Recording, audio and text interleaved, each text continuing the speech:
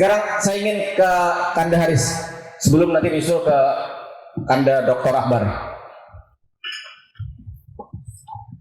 Baik, terima kasih. Assalamualaikum warahmatullahi wabarakatuh. Saya mungkin bicara dari perspektif lain. Pertama, kita memotret Kalsel itu sebagaimana pernah disampaikan oleh pimpinan kita terdahulu bahwa provinsi itu adalah provinsinya kabupaten kota di Kalsel. Kabupaten kota di Kalsel itu adalah kabupaten kotanya provinsi Kalsel.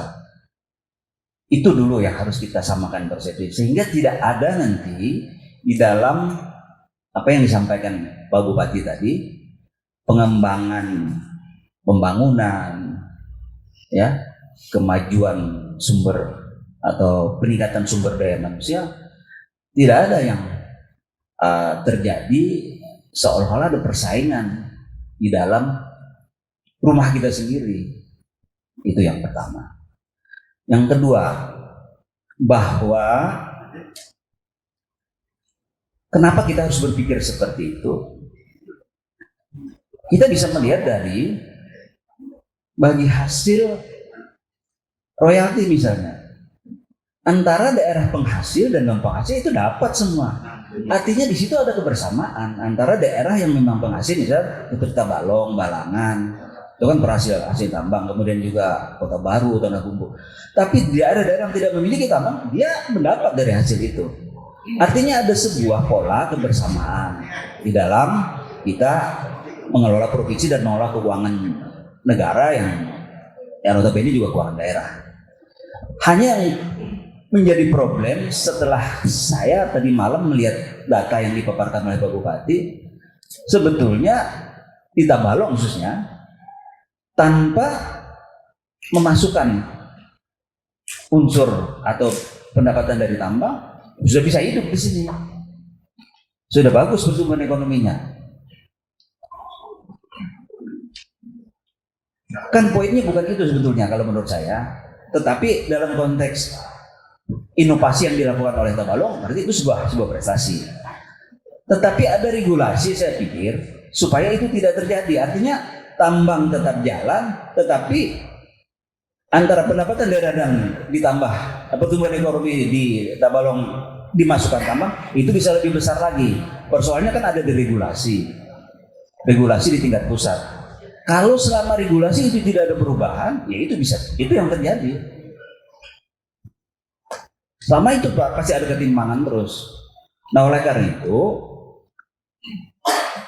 pemerintah pusat juga saya pikir jangan juga kalau kita misalnya mengajukan usul atau mengajukan pendapat bahwa harus ada perubahan-perubahan itu tadi, harus ada inovasi dalam pembagian hasil. Jangan juga langsung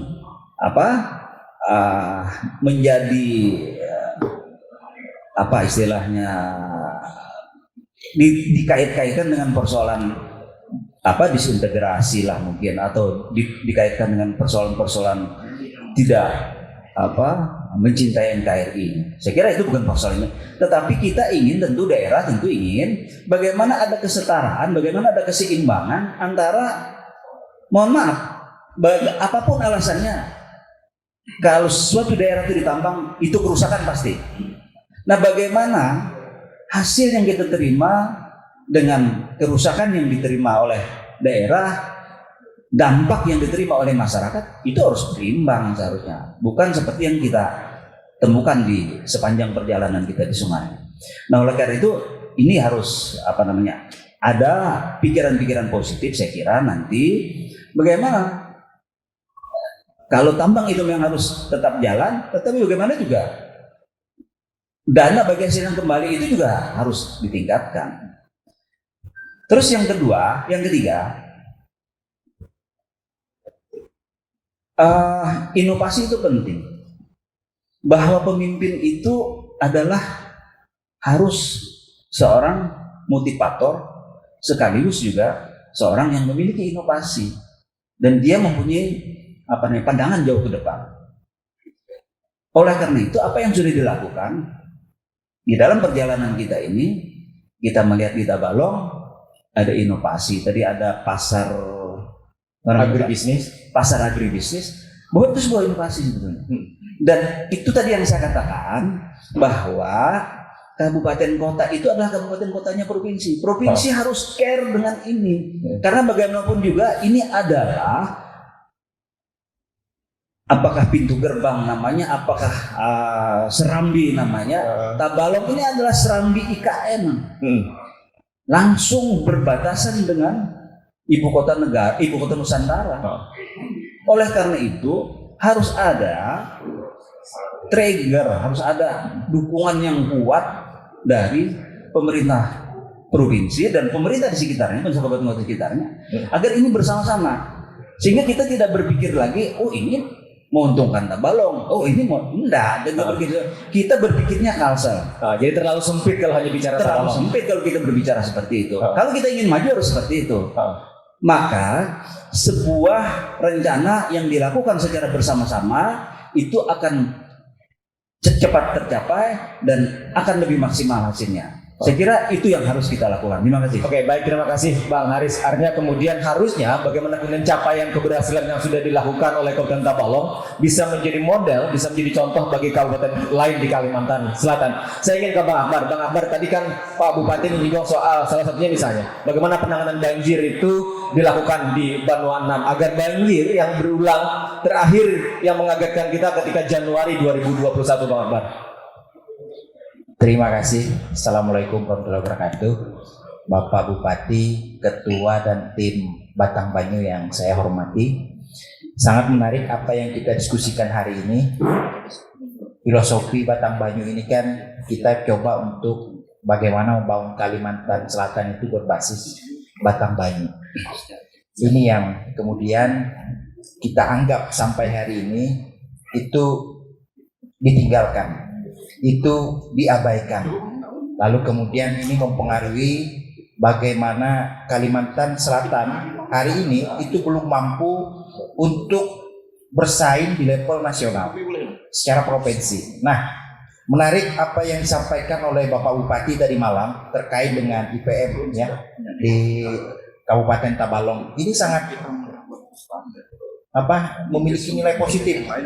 Bagaimana posisi Tabalong di tahun 2014 itu masih di ranking 9, tiba-tiba di tahun 2015 itu naik menjadi peringkat ketiga. Ini artinya apa? Nomor 1 di level kabupaten. Di atasnya Banjarbaru dan Banjarmasin. Kita ketahui Banjarbaru dan Banjarmasin ini itu memang adalah masyarakat-masyarakat yang dekat dengan fasilitas dan sarana pendidikan. Menariknya, Tabalong 300 atau 280 km dari pusat kota itu mampu naik. Ini kan sesuatu yang menarik. Lalu kemudian mencoba menjawab tanda tanya besar saya tadi malam itu. Saya coba buka datanya. Kenapa kok Tanjung ini bisa naik ke tingkat 3? Ternyata dari angka-angka yang naik itu sebenarnya konsistensi yang ada di Tabalong. Jadi naiknya itu konsisten angka-angka itu. Nah, artinya apa? Ketika ranking itu bisa melejit, ada persoalan di kabupaten lain, nilainya turun. Nah, saya coba cek di Google, ada apa yang terjadi pada tahun 2014 di Kalimantan Selatan. Menariknya adalah 2014 itu terjadi banjir di kabupaten-kabupaten selain Tabalong. Kemudian 2015 itu terjadi kebakaran hutan yang luar biasa. Dan kembali Tabalong ini memiliki efek yang sedikit terkait bencana ini. Nah, bisa disimpulkan di sini bahwa indeks pembangunan manusia itu berkorelasi terhadap kondisi alam kita. Akibat kebencanaan itu akan menghambat peningkatan IPM kita, bahkan menurunkan. Nah, lalu kemudian cara cari riset terkait dengan IPM. Apa korelasi antara IPM dengan kemiskinan? Ternyata sangat jelas peneliti menyebutkan bahwa ketika IPM itu rendah, maka kemiskinan yang akan terjadi. Inilah persoalan kita. Kalau kita ingin menjawab Kalimantan Selatan ke depannya sejahtera, maka perbaiki IPM. Nah, inovasi apa yang harus kita lakukan terkait bagi hasil batu bara?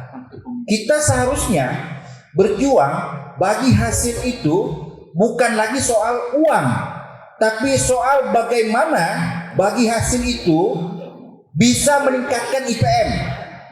Kalau tahun ini kita dapat nilai hasil, maka arahkan semua ke pembangunan IPM. Sarana pendidikan ditingkatkan. Begitu kalau kita ingin mensejahterakan Kalimantan Selatan. Ini adalah inovasi yang harus kita wacanakan. Jadi berapapun anggaran dari hasil bumi kita itu dilarikan untuk pembangunan manusia. Jangan dilarikan ke infrastruktur yang tidak begitu penting. Misalkan proyek-proyek mercusuar. Jangan dulu. Kita bangun dulu manusianya. Karena tadi sudah terbukti, ketika kita bangun manusia, kemiskinan itu akan semakin berkurang. Ini inovasi yang harus kita lakukan. Dan tim ekspedisi Batam-Banyu bisa menyuarakan itu ke depannya. Nah, persoalan bencana ini ada persoalan global. Maka kemudian calon pemimpin di Kalimantan Selatan itu adalah calon yang memiliki visi global juga, bukan hanya visi lokal. Ini yang harus kita pahami. Visi global apa? Terkait dengan penanganan bencana. Kita lihat hari ini, apa yang terjadi? Karhutla. Masing-masing daerah itu berjuang dengan dirinya masing-masing, sementara provinsi itu diam. Padahal seandainya diambil alih oleh provinsi, kabupaten, kota yang terjadi bencana Karhutla hari ini, itu akan lebih gampang dan lebih masif untuk dituntaskan. Tapi karena kita diserahkan kabupaten kota berjuang masing-masing, itu lamban dan impactnya luar biasa. Bapak Ibu sekalian, Karhutla itu penyumbang emisi yang luar biasa. Riset yang saya baca, kebakaran hutan di lahan gambut itu menyumbang emisi yang sangat tinggi. Kebakaran terjadi 1 bulan, itu sama halnya kalau emisi dari transportasi dikumpulkan dalam setahun, satu Indonesia. Ini kita harus pahami. Maka kemudian pemimpin ke depan itu harus paham kondisi ini. Bahwa kerusakan alam juga penyumbang meningkatnya kemiskinan. Penyumbang kemudian mempengaruhi pembangunan manusia. Bayangkan hari ini anak-anak kita di Banjarmasin itu tidak boleh turun sekolah karena asap. Terimpak langsung terhadap kondisi kebencanaan ini. Nah, inilah kemudian yang menjadi persoalan besar kita. Ada persoalan global, ada persoalan lokal yang sama-sama harus kita kerjakan secara sistemik. Maka ini kemudian perlu pemimpin yang memahami ini dan memiliki tim yang memiliki pemahaman persoalan yang sama terhadap kondisi hari ini. Ini yang harus kita bangun. Kalau ingin melihat Kalimantan Selatan lebih bagus lagi ke depan. Nah, tantangan kita tentu tidak mudah. Karena kita akan melawan pemodal-pemodal yang memiliki cuan. Nah, ini tentu solusinya bagaimana? Solusinya adalah bagaimana Batam-Banyu bisa bersatu. Batam-Banyu harus memiliki senasib sepenanggungan. Kita terdampak, itu harus kita pahami dulu. Kita terdampak dan kemudian itu merugikan kehidupan kita hari ini dan anak cucu kita di masa yang akan datang. Ini yang harus kita pahami. Kita tidak ingin anak-anak kita di kemudian hari hanya mendapatkan lingkungan yang semakin rusak. Kita bisa mengelola potensi alam kita dengan cermat dan cerdas. Kita memiliki potensi itu.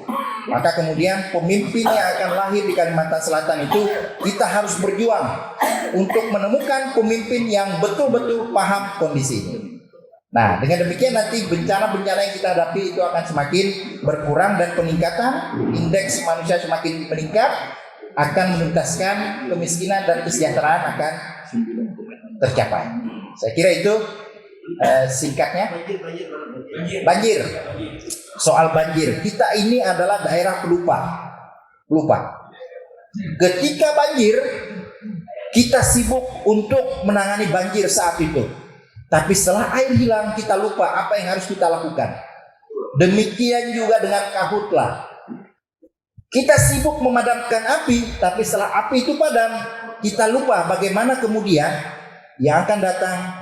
Kita antisipasi banjir itu. Apa yang tidak ada?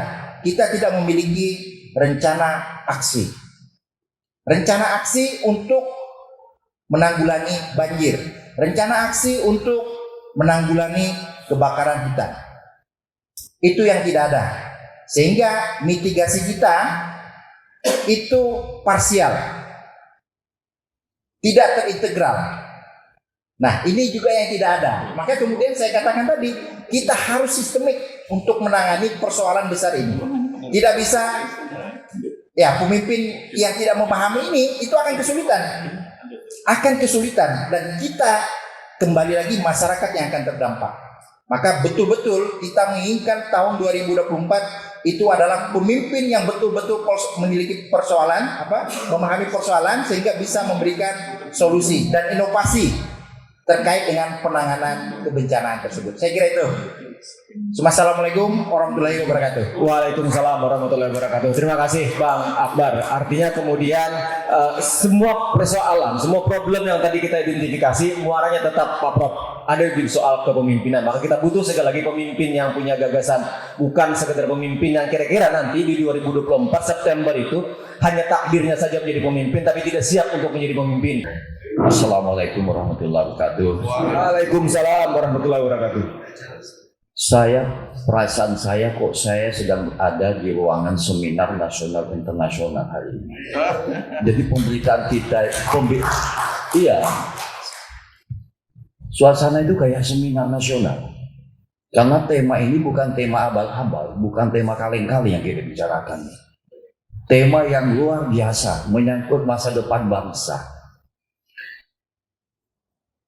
Apa disampaikan oleh Pak Bupati tadi semakin meyakinkan saya, memberikan konfirmasi kepada saya bahwa belum ada satu teori maupun catatan literatur yang menjelaskan sumber daya alam yang kaya automatically negara itu kaya. Tulisan Profesor Gerald Hardin, The Tragedy of the Common, itu bercerita panjang lebar. Hardin mengatakan negara yang kaya sumber daya alam pada umumnya itu pejabatnya itu pejabat yang korup. Kenapa? Karena ada perselingkuhan antara birokrat, penguasa dengan aparat dan pemilik modal. Ini kasus di Venezuela dan kasus di Mozambik dan beberapa kasus di Afrika dan di Amerika Latin. Ini penelitian yang serius.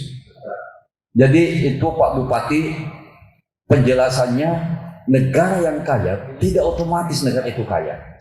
Bahkan kecenderungan praktek demokrasi dan politik mengalami the lack of demokrasi, kekacauan demokrasi.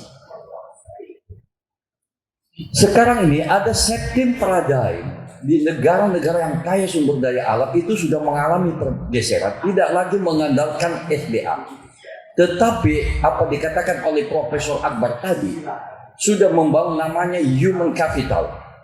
Jepang, Korea Selatan, dan Taiwan bisa maju bukan karena dia punya tambang dan kelapa sawit, tapi dia bangun adalah human capacity, human value.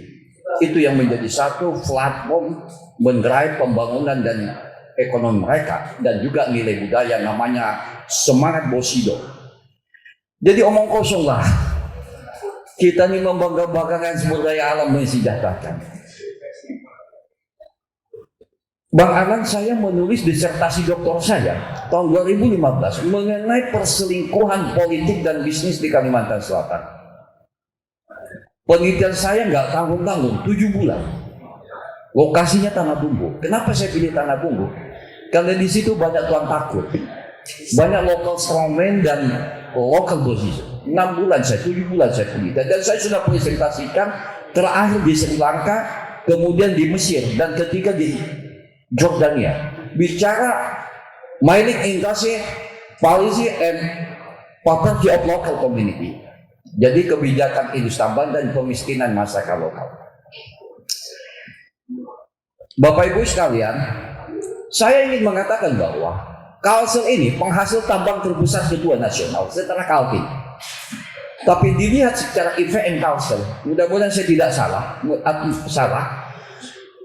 IPM Kalsel itu ranking 25 dari 34 provinsi. Betul. Artinya kita hidup di tengah sumber daya alam, tapi kita miskin di tengah sumber daya alam. Saya baru menemukan seorang bupati yang mengatakan natural resource tidak berbanding lurus dengan tingkat pengembangan ekonomi. Baru di Tanjung ini saya temukan orang. Dan ini menjadi satu temuan baru dan saya akan sampaikan mata kuliah ke mahasiswa saya. Besok saya sudah hajar lagi di mahasiswa ini. Betul, lillahi ta'ala. Saya sangat terharu. Baru ada di Indonesia seorang bupati yang berani ngomong tidak ada relevansi yang signifikan tambang yang kaya mensejahterakan rakyat. Balangan itu apa? Balangan itu sudah ada sekian desa yang hilang akhirnya digusur oleh tambang. Saya beberapa yang lalu saya ada diundang oleh mereka diskusi di Balangan. Gak ada korelasinya. Air susah, polusi udara tidak ada signifikansi menciptakan masyarakat lokal. Ini yang disebut oleh Profesor Gerald Hardin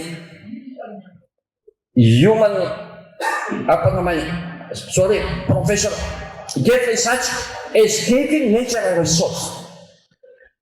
Kutukan sumber daya alam. Ini saya sedikit bicara agak teoris sedikit, karena saya seorang dosen, supaya agak ilmiah lah pembicaraan kita.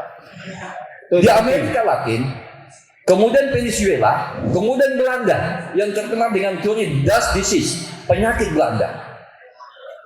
Kalau di Sierra Leone ada film namanya Blood of Diamond. Anak-anak itu suka nonton, darah berlian. Pak Bupati, mari kita buat film called Blood Diamond, darah batu bara. Jadi di sana itu ada darah berlian. Jadi juga di Kalsel Batang Banyu nanti memperkal saya buat film coal mining blood, coal mining darah berlian, coal mining blood. Jadi saya orang nggak terlalu percaya dengan sumber daya alam yang kaya. Contohnya Jepang, Korea Selatan. Saya maaf Pak Bupati, saya udah keliling 21 negara. Saya udah punya ke New Zealand, Australia saya udah 4 kali, di Filipina 5 kali saya bicara ini. Jadi apa yang saya sampaikan ini saya sudah menghubungi di luar negeri itu bagi soal tambang, terutama di Sri Lanka.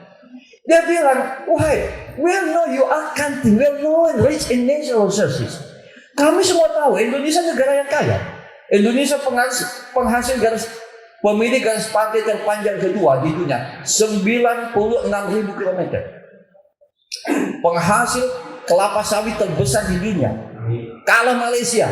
Penghasil batu bara kelima di dunia. Semua tetapi siapa? Who definition natural resources? Siapa yang menikmati sumber daya alam yang kaya ini? Ya para oligarki Pulau Sumatera itu dieksploitasi. Bangka Belitung itu ada tadi malam jadi kota hantu itu. Timah Bangka Belitung itu sejak zaman Belanda. Saya pernah di sana ke Palembang mendampingi anggota dewan yang terhormat itu. Mau lihat di situ. Jadi Indonesia ini sudah dikapling-kapling oleh kekuatan oligarki dari ujung Sumatera sampai ujung timur. Ya, ini kalau saya ngomong ini banyak orang nggak suka sama saya karena dibilang saya provokator. Ya. Tapi ini harus saya sampaikan. Bahwa Indonesia ini sudah berada pada moncong oligarki. Ini Pak Sunda, saya minta karena tadi juga lama yang ngomong. Ya, saya belum tuntas. Ya, tadi sepakatnya kita kan tidak oligarki lagi tapi kita VOC gaya baru. Oh, VOC gaya baru. Ya, saya sudah banyak nulis di TikTok. Silakan tonton TikTok. Saya kan juga TikToker nih ya, sama YouTuber. Ya. Jadi silakan ditonton. Jadi kita ini sedih. Ya, sudah sepakat. Bagaimana Indonesia negara yang kaya, tapi kita miskin. Ada 20 juta, 22 juta orang yang miskin. Ada 12 juta orang rakyat stunting ya. Betul. Ini kita gila ini. Negara yang kaya sumber daya, kita miskin yang begini ini. Kenapa? Negara kita itu sudah dikuasai oleh oligarki. Coba lihat kasus Renpang. Saya melihat Renpang ini bukan sekedar aktivitas bisnis ekonomi, tapi ada hidden interest, yaitu soal penguasaan geografi, geopolitik dan geostrategis ya. Kemudian juga kasus kerusuhan di Kalimantan Tengah, kemudian di Morowali, semua. Hari ini kita sedang mengelaborasi pikiran kita. Di depan kita ada seorang bupati yang amazing yang luar biasa. Saya tidak membangga-banggakan dia, tapi kan kita sudah tahu siapa Dokter Anak Sapyari ini, ya kan? Bukan bupati kaleng-kaleng abal-abal, ya kan? Dokter juga, bukan dokter-dokteran tembakan di pasar sudah mampirkan, ya. Jadi, oke. Bukan tidur mampir, KM1. KM1 ya, KM1. Jadi Pangeran Batanbanyu hari ini tidak ada alasan lain. Sultan. Oh, saya kira Pangeran Syarif. Ya. Itu kawan dia. Nah, jadi Bang Anam, kami sedang merindukan. We have a big dream, looking for the future in Kalimantan South Province, of looking for the future. Waltanzul nafsu makot damagiwadin. Kita persiapkan. Oke, terima kasih Bu. Assalamualaikum warahmatullahi wabarakatuh. Waalaikumsalam. Terima kasih Sultan Batanbanyu dan juga Pak Bupati. Ada yang menarik yang disampaikan oleh Dr. Akbar juga, bahwa dalam pembangunan itu sudah saatnya memakai konsep pembangunan tematik. Apa yang kita dapat dari pendanaan eksternal seperti pendanaan dana bagi hasil dan sebagainya itu tidak bisa lagi kita konsep melakukan pembangunannya secara general, tapi harus tematik.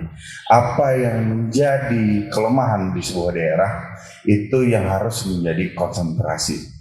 Jadi apabila ada pendanaan secara eksternal di daerah Tanjung, Kabupaten Tabalong ini, apa yang lemah?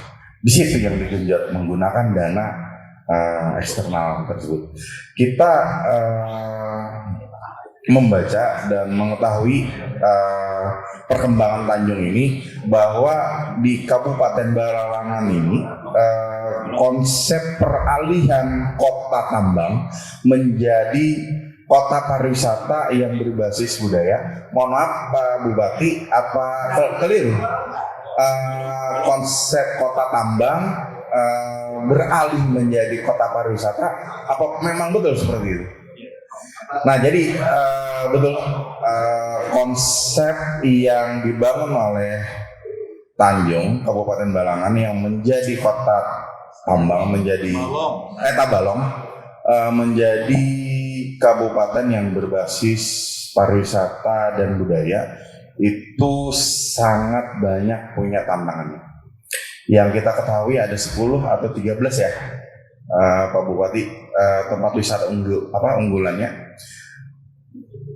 Sebelumnya di sini kita cukup mengapresiasi, ada berita yang mengatakan dari 10 atau 13 itu ada 4 yang tidak mempunyai izin, yang masih proses. Mohon maaf Pak Bupati, di Banjarmasin tempat wisata hampir semua tidak punya izin. Nah, jadi patut kita apresiasi juga, hal kecil itu bisa dipenuhi. Dengan adanya izin, maka kebutuhan standar operasional minimalnya itu akan terpenuhi. Mulai dari ketetapan SOP dan sebagainya itu akan terpenuhi. Seperti yang Pak Bupati sampaikan pada malam tadi, kita hal kecil-kecil ya, dari kebersihan itu yang luput dari semua pihak pengelola ataupun yang menjadi pemimpin di sebuah kota yang mengembangkan konsep pariwisata yang berbasis budaya. Selain itu Pak Bupati, apa yang dikerjakan oleh kabupaten ini bahwa meningkatkan IPM itu adalah hal yang paling penting. Ini berkaitan dengan apa yang menjadi tantangan kita di 2030, yang mana hampir 70% itu adalah dikuasai usia yang produktif, yang mana usia produktif saat ini sedang berada di fase yang mencari jati diri, yang mana mencari jati diri itu akan ditentukan sedikit banyaknya melalui indikator indeks pembangunan manusianya ataupun pemudanya. Singkat cerita, apabila kita kehilangan momentum untuk meningkatkan indeks pemuda di tahun 2030, kita akan mengalami yang namanya kesempatan untuk memperbaiki tatanan bermasyarakat dan bernegara di Indonesia. Dan ingat, kalau itu tidak terkendali, kita di mata internasional dalam kancah geopolitik dan sebagainya, kita mengalami kesempatan untuk memperbaiki. Kita yang dulunya disebut dengan macan Asia, mungkin bisa dikatakan tidak ada lagi macannya, tidak ada lagi macan ompongnya, hilang macannya. Jadi harapan kita, apa yang dilakukan oleh Kabupaten Tabalong ini, Tanjung, itu harus bisa dilaksanakan di setiap kabupaten di Kalimantan Selatan, yang mana Kalimantan Selatan indeks pembangunan manusianya itu masih di kisaran urutan 25, sangat mengenaskan. Mungkin itu aja Bang Rasidi, pesan buat kita. Baik. Pemuda adalah tulang punggung untuk memperbaiki kondisi Indonesia saat ini. Terima kasih. Wassalamualaikum warahmatullahi wabarakatuh. Waalaikumsalam warahmatullahi wabarakatuh. Akhir saya ingin ke meja ujung. Dapat giliran. Assalamualaikum warahmatullahi taala wabarakatuh. Mohon izin karena Mas sudah tua jadi kada tahu berdiri. Alasan aja Bang Maya supaya jangan ketahuan menggetar gitu. Sebab mun bapandir di bubuhan rektor, bubuhan doktor, bubuhan profesor nih nyata karena kau bapak ilmiah sudah kita tak ilmiah nang mendengarkan gitu. Saya cuma menggarisbawahi saja bahwa di Quran itu jelas sekali ada kalimat ya, zaharal fasadu fil barri wal bahri bima kasabat aydin nas. Telah nampak kehancuran di darat dan di laut, semua akibat tangan manusia. Itu Al-Quran itu. Dan hadis juga ada memerintahkan, seperti yang Prof sampaikan tadi malam, man ra'a minkum munkaran falyughayyirhu biyadihi fa illam yastati' fa bilisani fa illam yastati' fa biqalbi wa kadzalika ad'aful iman. Apabila engkau melihat suatu kemungkaran, maka hendaklah kamu mengubah dengan tanganmu. Apabila kamu tidak sanggup, maka hendaklah kamu mengubah dengan lidahmu atau dengan lisanmu. Dan apabila kamu masih tidak sanggup juga, maka ubahlah dengan hatimu. Walaupun yang demikian itu disebut dengan ad'aful iman, yang selemah-lemahnya iman. Tadi malam Prof sudah sampai pada tingkat fabilisan, dengan bahasa, dengan lisan, dengan lidah. Karena porsi kita bukan porsi biadi, ya. Karena yang porsi biadihi dengan tangan, dengan kekuasaan itu adalah porsi orang-orang yang berada di pemerintahan. Mohon maaf, saya sedikit ingin bernostalgia. Saya ketika mendengar istilah ekspedisi Batambanyu, teringat ketika tahun 80, ketika kami masih bergabung dengan Kompas Borneo Unlam. Waktu itu masih Unlam namanya, bukan OLM. Kelompok mahasiswa pencinta alam dan seni Borneo Unlam. Saya kebetulan angkatan ketiga, Arus ya, angkatan penerus. Jadi ada Apor, ada Atama, ada Arus. Selanjutnya Abayu dan lain-lain gitu. Kami juga sudah pernah melakukan sisir sungai, mulai di depan Masjid Sabilal Muhtadin, puter sampai ke Pulau Kembang, kemudian balik lagi. Jadi berangkatnya itu ba'da maghrib, buliknya pas sembahyang subuh. Satu malam penuh kita bakayuh, bukan bermesin, bakayuh dengan rombongan kawan-kawan mahasiswa Unlam yang masuk dalam gabungan Kompas Borneo Unlam, sambil melakukan pembersihan di area sungai-sungai yang kita pandang layak untuk dibersihkan. Itu nostalgia saya yang pertama. Nostalgia saya yang kedua adalah 20 tahun yang lalu, ketika tahun 2003 kita pernah mengikuti rapat koordinasi penanggulangan bencana di Banjarmasin yang waktu itu dipimpin oleh Wakil Gubernur Pak Rosehan. Dari sekian banyak solusi yang ditawarkan oleh kawan-kawan, saya menawarkan solusi waktu itu bahwa untuk menanggulangi banjir dan longsor di Kalimantan Selatan, terutama di wilayah bantaran sungai, saya menyarankan agar dilakukan tindakan secara masif bersama-sama antara seluruh kabupaten kota untuk melakukan pengerukan alur sungai. Ini bersama-sama, jadi atas perintah gubernur atau atas perintah Dinas PU Provinsi Kalimantan Selatan memerintahkan kepada PU di kabupaten kota seluruh Kalimantan Selatan untuk bersama-sama melakukan pengurukan alur sungai. Karena waktu itu pengurukan alur Barito juga sudah dilakukan. Nah, ini sekadar nostalgia kita. Jadi waktu itu saran saya malah ditertawakan oleh banyak orang. Saya tidak tahu motivasi mereka menertawakan saya. Apakah memang saya dianggap mereka menghayal? Apakah memang ini karena pandir orang hulu sungai? Saya tidak ngerti. Yang penting bagi saya hari itu adalah saya sudah menyampaikan sesuatu yang menurut saya perlu untuk disampaikan. Terkait dengan kondisi Tabalong ya, saya masih membaca tadi malam itu IPM Kabupaten Tabalong dari peringkat 10 menjadi peringkat 3 se-Kalimantan Selatan, itu pun karena ada kota Banjarmasin dan Banjarbaru. Kalau saya melihat ini bukan gerbang Mas, bukan gerakan pembangunan masyarakat sejahtera, bukan gerakan namanya itu, tapi gebrakan. Karena lompatannya luar biasa dari 9 ke 3. Andai kata saja tidak ada kota Banjarmasin dan kota Banjarbaru, saya bisa pastikan Tabalong berada di posisi pertama. Nah, ini diperlukan gebrakan-gebrakan lanjutan. Tidak hanya di Tabalong, tapi di Kalimantan Selatan.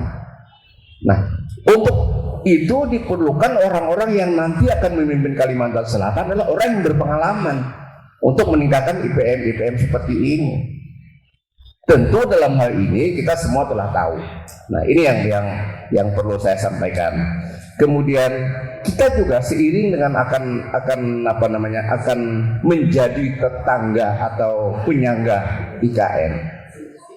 Tabalong sudah mulai berubah, sudah mulai merubah dirinya, mulai dari kota kabupaten yang berkebun, bertani dan sebagainya, kita akan geser, ya. Sudah mulai bergeser menjadi kota perdagangan, menjadi kabupaten industri, menjadi kabupaten jasa dan pariwisata. Ini terbukti dari data-data yang sudah kita sampaikan itu. Yang paling penting bagi kita hari ini adalah setelah kita ngopi ini diapakan? Ini yang saya bilang fayughayyirhu bilisan. Kita bawa kemana? Sehingga ke depan semua orang seluruh Kalimantan Selatan tahu dan ingin bergerak semua untuk melakukan perubahan di wilayah Kalimantan Selatan ini. Di samping kita harus menentukan figur siapa orang yang bisa membawa Kalimantan ke arah-arah seperti itu. Mohon maaf ini tidak ilmiah ya, karena kalau saya bicara ilmiah saya malah ditertawakan para profesor dan para dokter yang ada. saya kira ini, dan salah hilap mohon dimaafkan. Wallahul muwaffiq ila aqwamit thoriq. Wassalamualaikum warahmatullahi taala wabarakatuh. Waalaikumsalam warahmatullahi wabarakatuh. Terima kasih Pak atas masukan dan sumbang pemikiran ini luar biasa. Sebelum kita tutup ngopi kita edisi spesial dari Tanjung Tabalong dan sebelum kita kembalikan pada Sultan Batang Banyu, menjadi disampaikan Bapak, dari ngopi ini, dari ekspedisi Batang Banyu ini sesungguhnya nanti pada saatnya kita akan menyatakan sikap, kita akan menyatakan kira-kira Batang Banyu itu nanti akan melakukan apa. Tapi kita akan tunggu pada saatnya nanti. Ini akan dijawab oleh Sultan. Dan sebelum kita serahkan ke tim ekspedisi Batang Banyu, terakhir tadi setidaknya baik yang tersirat maupun juga ada yang secara langsung yang kemudian bicara soal kepemimpinan dan mengarah kepada Pak Bupati, kita ingin ada closing statement dari Bapak untuk memberikan respon, memberikan tanggapan. Walaupun 31 Desember itu masih jauh, tetapi setidaknya kita ingin ada bayangan, ada ingin bacaan yang setidaknya juga itu menjadi bagian penting untuk kemudian bagian dari pemikiran Batang Banyu. Terakhir saya ingin ke Pak Bupati. Baik, terima kasih. Kalau perkara ke depan ya, saya tetap pada ucapan saya selama ini ya. Saya dalam posisi menunggu takdir gitu. Tapi ketika tim ekspedisi ini datang ke sini, saya jadi bersemangat untuk bersama tim ini menjemput takdir gitu. Nah, terus untuk Tabalong sendiri ya, ya kami berharap pemimpin ke depan itu bisa meneruskan dan melanjutkan beda ya.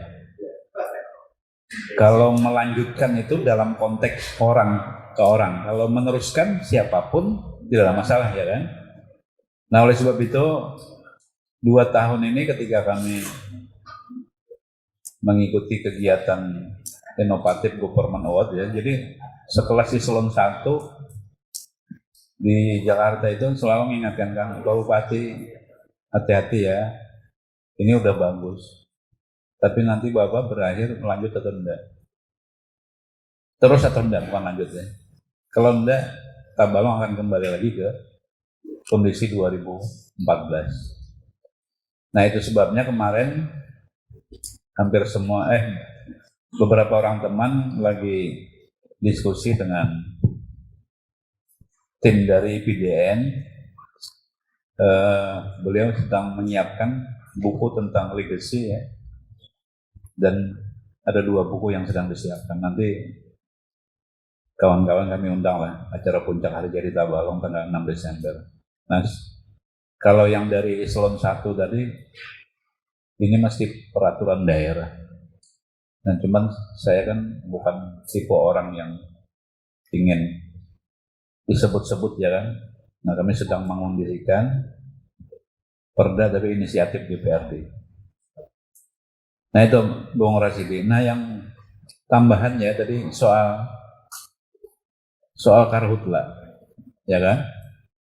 Mudah-mudahan ini bisa, tidak perlu menyebut kami, tapi bisa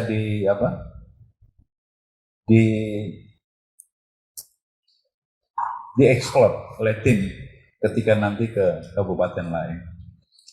Jadi sebetulnya aturannya jelas. Kalau membakar hutan dan lahan, hukumannya ini sudah jelas. Tapi tidak selalu didengar oleh masyarakat. Nah, oleh sebab itu kami teringat ketika Ayahanda Pak Haji Maki jadi Bupati Tapin dari Karohumas, jadi Bupati Tapin ya. Karena kami di Humas, jadi kami amati terus. Kenapa aku berhasil? Karena aku memakai ilmu Humas. Komunikasi intinya, Pak Wahid. Jadi kami coba lakukan ya, tidak lagi dalam bahasa aturan, ketentuan, tapi dalam bahasa memberikan harapan kepada masyarakat.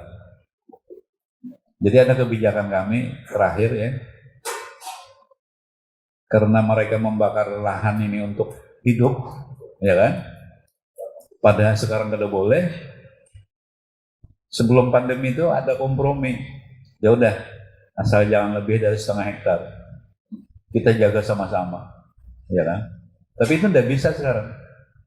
Nah, akhirnya kebijakan kami tunda, jangan dilakukan pembakaran. Tapi kalau soal land clearing, pengolahan lahan silakan aja. Tapi jangan dibakar. Nah, pemilik tanah, kepala desa, Babinsa dan Babin Kamtibnas memfasilitasi, ayo kita gotong royong. Nanti Pemda bayar upahnya, pola padat karya. Kemudian karena ini menyangkut perut ya, tertunda kan. Ya udah, kami beri bantuan pangan sampai mereka menghasilkan. Ternyata itu efektif, Prof. Daripada ini hukumannya 6 bulan. Dengan kebijakan tadi, ilmu komunikasi, pesan yang kami ingin sampaikan bahwa jangan dibakar lahan. Pian bisa mengolah lahan, tapi tidak membakar, dapat upah. Ternyata itu efektif. Jadi hotspot di Tabalong ini selalu terendah di Kalimantan Selatan. Jadi ini hal-hal kecil sebetulnya, Linda. Tapi dari hal-hal kecil inilah kita bisa membuat satu kebijakan besar yang kebijakan besar itu sangat bermanfaat bagi masyarakat. Jadi itu dari kami. Terima kasih. Baik, terima kasih Pak Bupati atas tanggapan terakhirnya. Selanjutnya saya ingin ke Bang Subhan, menit terakhir ke Sultan Batangbanyu. Terima kasih. Jadi sebenarnya mungkin nih menyimpulkan sementara.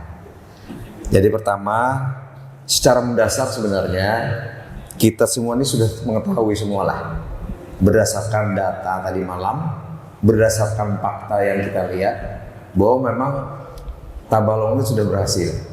Jadi berhasil dalam pengertian bahwa dia dari dulu yang masih belum berada di bawah yang lain, sekarang berada terdepan.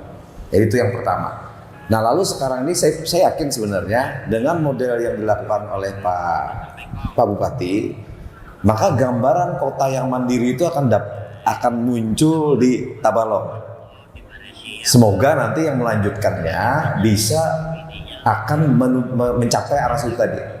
Ini akan menjadi kota prototipe kota yang sangat luar biasa nanti di Provinsi Kalimantan Selatan. Nah makanya tadi kita menyampaikan bahwa sebenarnya Banjarmasin dulu awalnya juga seperti ini, sehingga akhirnya menjadi Banjarmasin yang kemarin, bukan yang saat ini ya, yang kemarin, yang saat ini dan ke depan kita belum tahu. Kalau mereka misalnya tidak mampu memanfaatkan nilai tambah yang dimilikinya itu adalah perdagangan dan jasa, maka Banjarmasin itu menjadi sesuatu yang sangat mengkhawatirkan. Tapi kalau Tabalong dengan format yang mengandalkan persoalan perdagangan jasanya tadi, UMKM-nya tadi, maka dia pasti akan menuju kota yang mandiri. Itu dipastikan. Kita berani menjamin bahwa kalau track ini masih dipertahankan oleh yang selanjutnya, maka Tabalong pasti akan unggul. Kita sangat meyakini itu. Apalagi dengan posisi dia berada di daerah strategis di pusat porosnya IKN. Tinggal sebenarnya yang selanjutnya akan melakukan apa seperti itu. Saya pikir roadmap jangka panjangnya ini tetap harus dibuat agar penerusnya ini bisa, kalau kita meminjam Pak Harto itu kan ada GBHN dulu ya, GBHN, Repolita sampai seterusnya. Saya pikir Tabalong bisa mengadopsi itu sehingga nanti penerusnya itu wajib melanjutkan apa yang sudah dilakukan oleh bupati yang ada saat ini. Itu mungkin yang pertama. Kemudian yang kedua, kita memang sekaligus menyampaikan tadi bahwa sebenarnya Batangbanyu itu, ini Prof Hadin yang lebih ini, bahwa target komunitas Batangbanyu itu sebenarnya ada beberapa, tapi yang jelas seperti ini. Kita sudah memahami bahwa problem kita itu adalah di persoalan kepemimpinan. Itu sudah kita sepakat sudah, bahwa kepemimpinan ini jadi sesuatu yang menyebabkan kita mengalami seperti kondisi saat ini. Lalu dengan dasar itulah langkah kita berikutnya itu adalah memetakan figur pemimpin, dan ini sudah kita mulai saat ini. Mulai dari Tanjung ini lalu kita bergeser ke yang lain. Tapi kita meyakini lah sebenarnya dengan data yang ada di sini, makanya tadi disampaikan oleh Pak Wahid tadi bahwa hanya satu-satunya daerah yang memiliki data dan fakta yang memang secara akademisi dan ilmiah itu kita bisa saksikan itu adalah di Tabalong. Kalau yang lain kita masih belum tahu lah, tapi kita membayangkan bahwa sebenarnya ini adalah yang terbaik sudah sebenarnya kalau dari kita. Nah kemudian nanti yang figurnya kita inventarisir. Setelah inventarisir kita akan membuat jejak rekamnya. Jadi mungkin beberapa figur kita buat jejak rekam. Tadi kita sebenarnya akan membuat buku kecilnya. Nanti itu bagian kita untuk sampaikan ke publik bahwa ini loh sebenarnya figur mereka itu. Nah yang berikutnya ini mungkin dukungan juga dari Pak Bupati dan yang ada di Tabalong ini. Berikutnya dari tokoh-tokoh ini kita akan melaksanakan konvensi. Artinya nanti kami akan bekerjasama dengan tiap daerah ini untuk menyampaikan ini loh sebenarnya orang yang unggul di sini di Batang Banyu ini, maka ini harusnya yang kita dorong untuk nanti menjadi pemimpin ke depan. Jadi secara prinsip sebenarnya kita ingin mengajarkan kepada publik, kepada masyarakat dan kepada juga termasuk mungkin lembaga-lembaga yang terkait dengan persoalan pemilu ini atau pilkada ini, bahwa proses inilah yang harus kita lakukan. Jadi kita mulai dari data dan fakta yang sudah terekam oleh pemimpin, kemudian ini kita sosialisasikan, kita sampaikan, dan sekaligus kita adakan semacam penyaringan bahwa sebenarnya yang paling layak itu seperti apa. Nah jadi itu seperti itu. Nah kemudian yang terakhirnya adalah dengan adanya konvensi itu akan mengerucut, dan kita meyakini bahwa sebenarnya hanya tokoh-tokoh yang secara fakta dan berpengalaman sudah memberikan sesuatu yang baik, itulah yang pasti nanti akan terusung. Mungkin seperti itu Pak Prof ya. Silakan Prof. Selanjutnya kita ke Pak Prof. Ya. Mungkin sama dengan Pak Bupati tadi, kita berusaha mengkomunikasikannya. Jadi mengkomunikasikan ide-ide yang ada di dalam komunitas.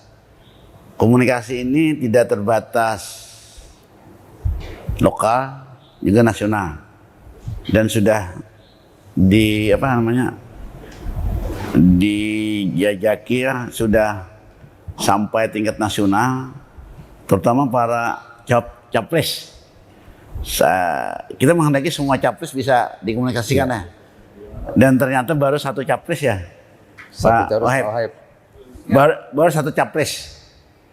Nah itu jadi secara nasional ide dasar gagasan-gagasan komunitas Batang Banyu kita komunikasikan terus. Dan ini sedang ditunggu lagi lah pemikiran kita. Itu yang bisa menerima yang Kalimantan Bangkit kan itu. Ya, yang di Kalimantan Bangkit ya. Dan ya. Nah, kemudian komunikasi itu juga kita lakukan masif lah semua daerah. Dan pemikiran Dani kita akan mensasar pemilih milenial untuk merubah, untuk bisa menerima gagasan kita. Kalau yang sudah tua itu kadang-kadang lagi kita sudah tinggalkan saja. Biarkan yang menunggu waktunya mati. Jadi harapan kita yang milenial nih. Nah, ada rencana pendidikan alam kan? Ya, sekolah alam. Sekolah alam. Untuk menyuntik, mencuci otaknya, jangan lagi berbau PUC. Otaknya jangan lagi berbau PUC. Nah itu beberapa ide dasar. Ada jangka panjang, ada jangka pendek ya, ada jangka panjang. Nah, mudah-mudahan pikiran-pikiran ini bisa dilaksanakannya. Dan kebetulan ini orang sibuk semua sebetulnya Pak. Sibuk semua, susah Pak. Sampai nyari jadwal susah. Jadwal susah. Tapi semangatnya masih, karena ada semangat. Tapi setiap Sabtu pertemuan kita. Saya kira itu ya terakhir ya. Ya, terima kasih. Assalamualaikum warahmatullahi wabarakatuh. Waalaikumsalam warahmatullahi wabarakatuh. Terima kasih Pak Prof Hadin, terima kasih Bang Dr. Subhan Syahid yang sudah memberikan closing dari diskusi kita dari ngopi kali ini. Jadi demikian pertemuan kita ngopi gila kali ini, ngopi spesial dari Tanjung Kabupaten Tabalong. Dan tadi sampaikan Bang Subhan sebagai sebuah kesimpulan, sesungguhnya Batang Banyu itu lahir dari pikiran yang risau dan gelisah dari sebuah keadaan di Kalimantan Selatan. Kalau kata Bapak tadi Bang Kaderisman, kita tidak boleh lagi Batang Banyu itu kemudian tertinggal, Batang Banyu itu diaktirikan dan segala macam. Tidak bermaksud kita mendikotomikan antara Batang Banyu dan kawasan pesisir, tetapi memang saatnya dengan momentum yang ada ke depan dalam waktu yang tepat kita harus bersatu bagaimana kemudian Batang Banyu menjadi sebuah kekuatan. Dan pada saatnya nanti hasil konvensi kita akan mendeklarasikan kira-kira ini bukan soal siapa, kita akan mendeklarasikan tokoh siapa nantinya akan kita butuhkan untuk kemudian merepresentasikan Batang Banyu untuk Kalimantan Selatan ke depan. Baik, itu kira-kira. Terima kasih dan mohon maaf atas segala kehilapan dan kekurangannya. Wassalamualaikum warahmatullahi wabarakatuh.